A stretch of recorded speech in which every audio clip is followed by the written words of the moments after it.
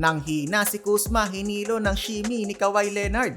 Pinaglaruan ng Clippers ang Wizards. Harden nutmeg pass at Westbrook no look dime. Napangiti tuloy si Daklo. LA Clippers versus Washington Wizards. Pahinga muna ngayong game si PG-13 dahil sa left groin soreness. Buti na lang at nag-robot mode na naman si Kawhi Leonard scoring 31 points. Hindi naman nakapaglaro sa Wizards etong si Jordan Poole due to illness.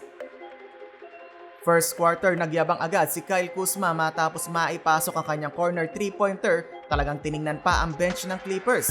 Binawian agad siya ng tres ni The Beard James Harden. Back-to-back triples for The Beard. Top scorer ng Clippers si Kawhi with 11 points on 4 of 7 shooting at Amer Coffey with 10 points. Tig-6 na puntos naman si Harden at Norman Powell. Bumida naman si Kyle Kuzma para sa Wizards. Solong-solo niya ang scoring ng Washington with 14 points, 6 of 10 from the field.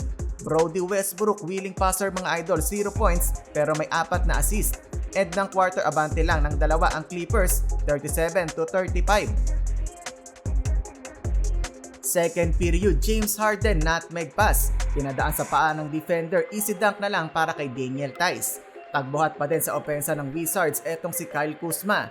Nakasyam na puntos naman ngayong second quarter. Umabot ng 10 points ang biggest lead ng Clippers. 5-minute mark, Kawhi Leonard with the crossover moves. Sinayawan ang bantay, offensive rebound at tip in. Vintage move by James Harden, sidestep 3-pointer. Eto na, Daklo, minamama na sa poste si Kuzma. Pumakita ng shimmy move at fade away. Nakapagtala si Daklo ng 8 points habang 6 points at 6 na assist si James Harden. End ng first half, may 6-point lead ang Clippers.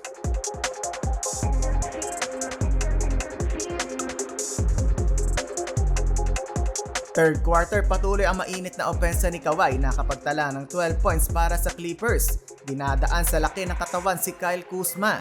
Nagkalat na ang Wizards na may 6 na turnover. Na-outscore ng malala ng Clippers ang Wizards 40-19. Dumagdag pa ng 8 points etong si James Harden at may 3 assist. Westbrook halos madapa na sa kanyang crossover. Iwan ng bantay para sa two-handed slam dunk. Bago matapos sa quarter, Westbrook spin move sabay no-look dime kay Kawhi Leonard.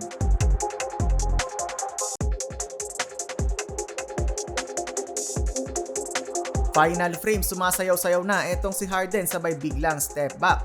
Signature move by Harden. 5 minuto na lang pinaglaro si Harden at pinahinga na ng Clippers. Pumalo na sa halos 30 ang biggest lead. Final score 125-109, panalo ang Clippers.